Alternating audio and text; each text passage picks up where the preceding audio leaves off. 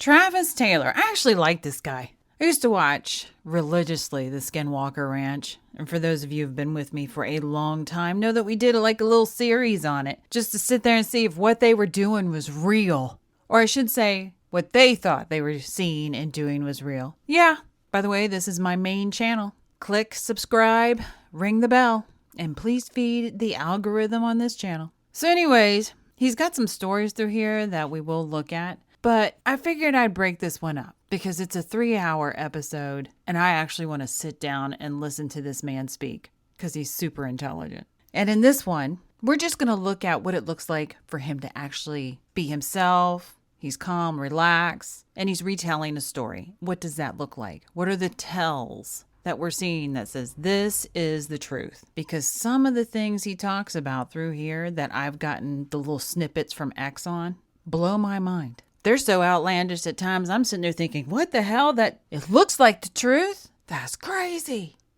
But anyways, just watch this little story real quick. He invited Jay Stratton and I to go to his house and brief him on all this. So he invited whatever to brief him. And you see that nice little brain search as he comes from leaning away and going back to the interview to discuss this. I was like, okay, so we're relaxed.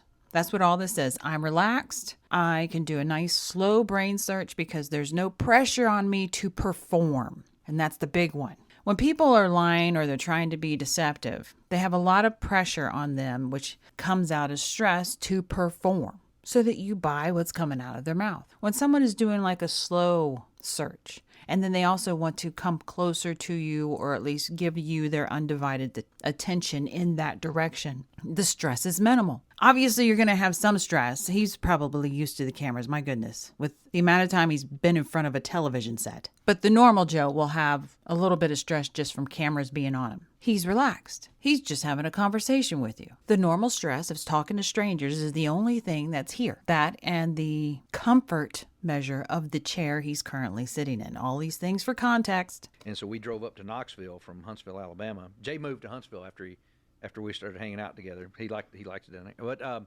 anyway, Jay moved and then on top of it, we get random information that goes with the story. And it made him smile as he sat there and brought it because it brings back the memory of the interaction, the friendship. We drove up to see Congressman Burchett, and he comes out on the front porch in cut-off blue jean shorts.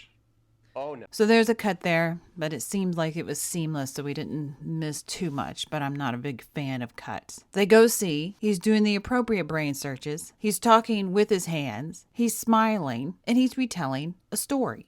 And his Daisy Dukes? Cowboy boots, right? He's got his firearm on his side and a Tennessee Vols golf shirt, right? And he comes out and he takes us in the house. And you see how big that smile is? It's through the jaw, up through the head. Those are some really good smiles. And this is what a real storytelling from memory looks like, especially when you're being asked to retell a story from memory. House shows us all of his World War II firearms that his dad had got him or what got when he was there or whatever. But anyway, and we briefed him, and he said that when you get there, you're there, you have all these great intentions or whatever, and you get there and realize that he said they will not let you do anything. And we were like, well, who is they? And he says, the system. And I don't know if he actually knows if there's a they to the system. I don't think he knows. I don't think he does. I think. So now we get to the part of this interesting little story, now that you've seen what truth looks like, where he talks about the they. Now, unfortunately, the part where he goes, I don't think he knows who they is, it's not showing him. So we can't see in the mind if his body agrees or if there's a little stress, or the most plausible thing is he thinks he may have an idea, he's unsure of himself. But you watch the body, he mimics what he saw the congressman do, and in his mimicry, I don't think the congressman was being truthful, that he doesn't know who they are. And that's from him mimicking the congressman. May the Lord bless you and keep you. In Jesus' name.